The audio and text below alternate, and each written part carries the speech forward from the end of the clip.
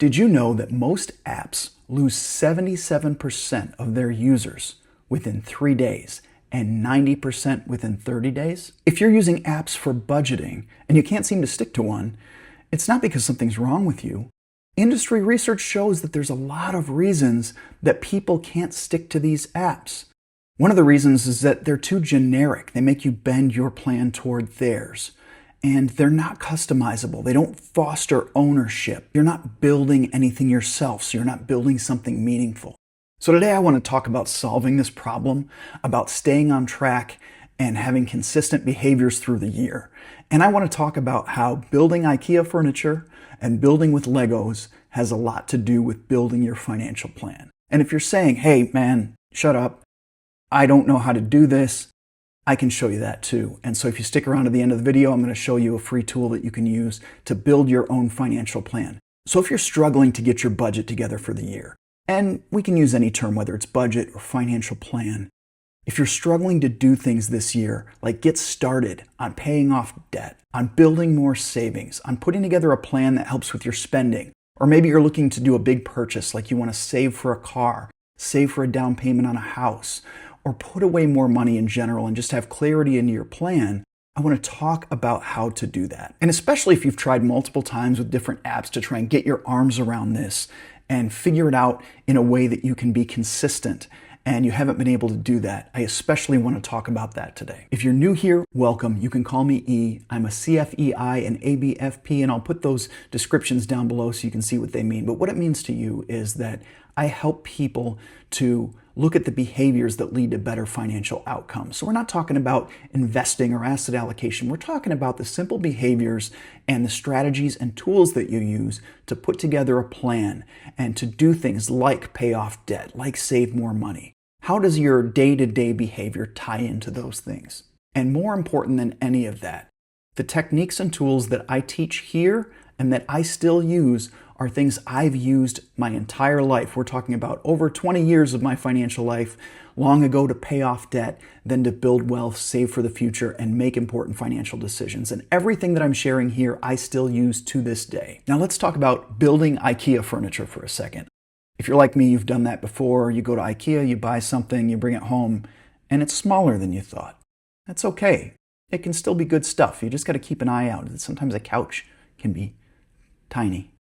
There's a well-studied concept in psychology called the IKEA Effect, and it comes from a 2012 study in the Journal of Psychology by behavioral scientists Michael Norton, Daniel Moshon, and Dan Ariely, who found that people, when they build something themselves, value it and are far more likely to keep using it, even if the finished product isn't objectively better than a ready-made alternative. The simple act of putting in effort creates a sense of ownership and attachment. Now, here's why that matters for money. So many times we download an app that's off the shelf, or we buy a product that's supposed to help us, and immediately we have to bend our own behaviors and our own life to fit the mold that that provides. But when life changes, or when something about our financial picture changes, the tool doesn't change. So we need to kind of fuss with it, or we make exceptions to what we'd want to do naturally. And we're trying to shoehorn our behaviors and our preferences into something that's made for everybody. We get tired of fussing with it, we don't like what it's doing for us, and our adoption goes down, we stop using it. And worst of all, we go back to our old behaviors. We start doing things that we've always done that didn't lead to the outcomes that we wanted. Now, I'll give you one more analogy that I think is even better, and that's building with Legos. And for those of you who say that the plural of Lego is Lego, you might be right, but I'm never going to do it. I grew up saying Legos. I still say Legos. I'm going to keep saying Legos. It sounds right to me. Maybe we can agree on Lego bricks, but whatever that is, I'm going to say building with Legos, and you can't convince me otherwise. I'm sure I'm going to see some comments about this. But this is a lot like building with Legos. And stay with me here. So when you build with Legos, you get instructions with the kit, right? I remember I had a kit when I was a kid. It was a gas station. I don't know what's supposed to be fascinating about a gas station to a kid, but it worked. I loved that little gas station. You buy the kit, and it comes with instructions, and you can build it piece by piece exactly according to the instructions, and you come out with what was on the front of the box, and you have this thing. But then no one Maybe not no one, but I don't know anyone that stops there. Now, you got all these new Legos and you can modify it. You can take your old Legos and you can put them all together and you can make your little gas station or whatever it is that you have even better, and you start to customize it and you love it even more. And why I'm saying all this is that you want to go step by step and you want to build something that works. You got to have your formulas right. You want your interest rates to be precise. You want everything to actually work for your financial picture. But then you got to realize your situation is going to be different than somebody else. You might get monthly paychecks. You might get bi-weekly paychecks. You might get bi-monthly paychecks. Maybe weekly paychecks, and that's different than somebody else. And you need a system that's going to adapt to that. Or maybe you've got a car that you love, but it's going to depreciate faster than everybody else's car because you just bought something you thought was cool. You know it's not going to be worth as much as other cars are of the same age a year from now. Maybe you put more mileage on it. Maybe your savings rate is different than somebody else's. You're able in one paycheck to put away more money toward your savings or your credit card debt than you can in another paycheck. And you can't just plug in a monthly number because it's too long of a time period and doesn't make sense. I could go on forever about why your situation might be different than somebody else's. Regardless, you're trying to fit it all into this app structure that you've downloaded. And also the apps, they're going to send you annoying things. Like you could be a carpenter and you need nails, and once a week you get an email saying if you just spent $100 less on nails, you'd be much better off. And it's just not the case. Or worse, they're going to send you one that says you bought a latte this week. You are a bad, bad person. You know, I don't want to bash the apps too much. What I'm saying here isn't that they're not helpful or that you should never use them. What I'm saying is the basis for your financial picture would be much better served if you had something like Legos that you built that worked for you and that you could then, with your knowledge of that subject and that tool that you built, could customize it for yourself and your own financial picture. And on top of that, what's even better is if we build it ourselves, we're learning along the way. We're kind of forcing ourselves to go through that learning process of figuring out how the formulas work, figuring out how the math works, and really understanding what's going to happen to us now and in the future. So let me offer a suggestion, and I'm about to get to that. I just want to say quickly, this is a new channel. If you're watching and you really like what you're seeing here, I'd love to continue to make more of this, and if you would just hit subscribe, it would help me to do that. So let's get on to that suggestion. And let me just set a baseline here.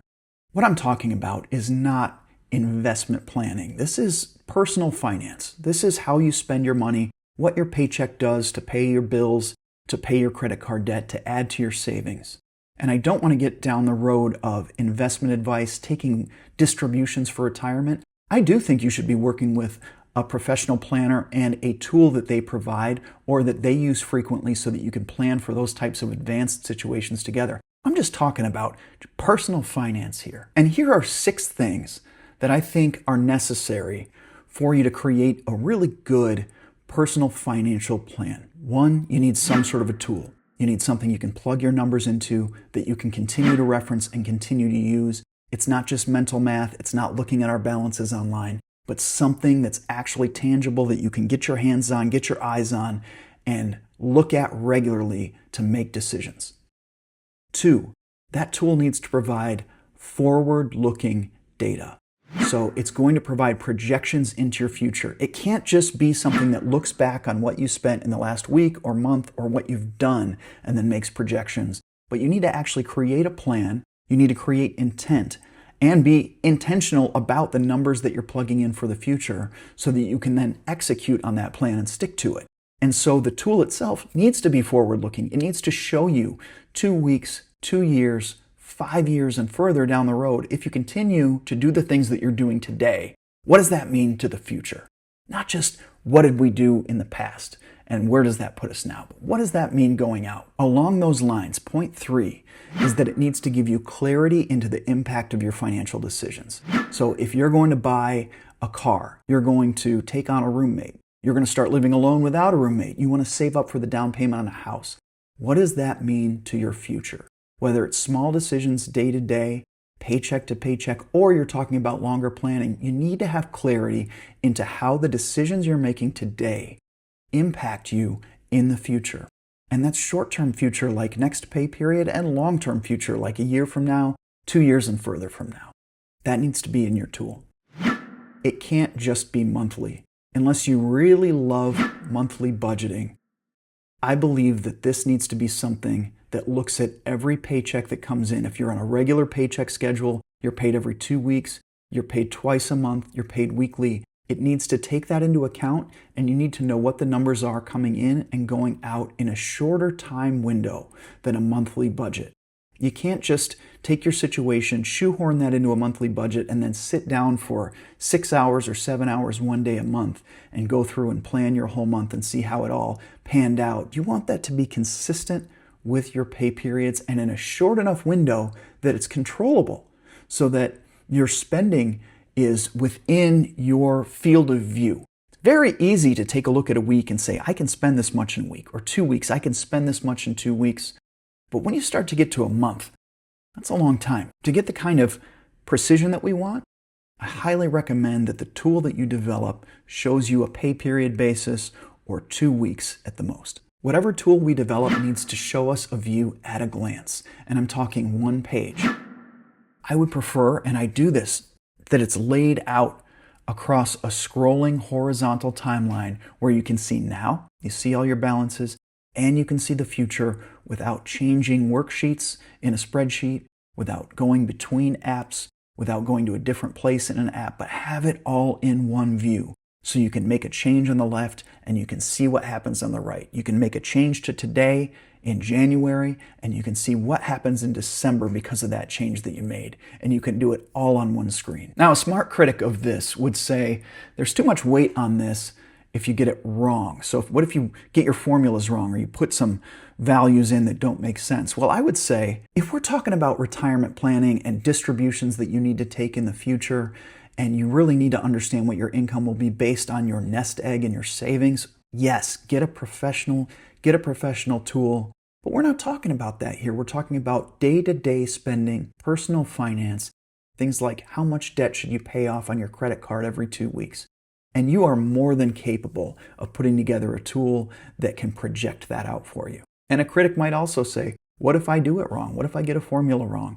And I'm here to help you out with that. I'm going to show you some ways to get it right and templates that you can use to go along and make sure that your math is correct. And one more thing, I'm an app user myself. I think the apps do a great job of serving one function, sometimes more than one function in a specific area. But I think that our plan is better when it's laid out in a way that we've developed it ourselves and built it just like you would with Legos in such a way that it's customized for our financial picture. I also work with an investment professional, but we're talking about investments with that investment professional. If we're talking about our personal financial planning and our behaviors and the things that we're doing from week to week, from paycheck to paycheck, it makes a lot of sense for us to take control of that and to really understand it ourselves. Not many investment professionals out there are going to talk to you about how much you spent on groceries last week. They're more interested in talking about how much you're willing to invest with them. And if you found one that's willing to talk about your week-to-week budgeting and go through that with you, that's fantastic. It's just rare. Now, if you're thinking, I don't know how to do this. I get it. I'm supposed to build this plan on my own. I can show you. If you go to SheetKeeper Academy, I have included a free course, and it's free as of January 2026. It's not always going to be free. You can log in. There are hours of instruction and templates that you can use and customize in your own way. Call them Lego sets that you can use to map out your financial plan for the future. And it's all available to you for free, again, at sheetkeeperacademy.com. And check out the links in the description. It's going to feel a lot like building with a Lego set. You're going to get instructions that take you step by step and teach you the math. They teach you the formulas so that you can build something that you can then modify yourself. You'll have the skills to add other expenses that aren't in the template already, or to add other assets, to add some investment projections that you put in. We're gonna build it together brick by brick, and then you can customize it in a way that suits you, and it will stay in your own Google Drive account for yours to keep for years, for free, forever. It's a tool you can stick to, you can use for as long as you like. And if you're going to use this tool to pay off some credit card debt in 2026, I'm going to leave a link right here that you can use to access another video with 3 easy steps you can take today to pay off that credit card debt this year. Thanks for watching.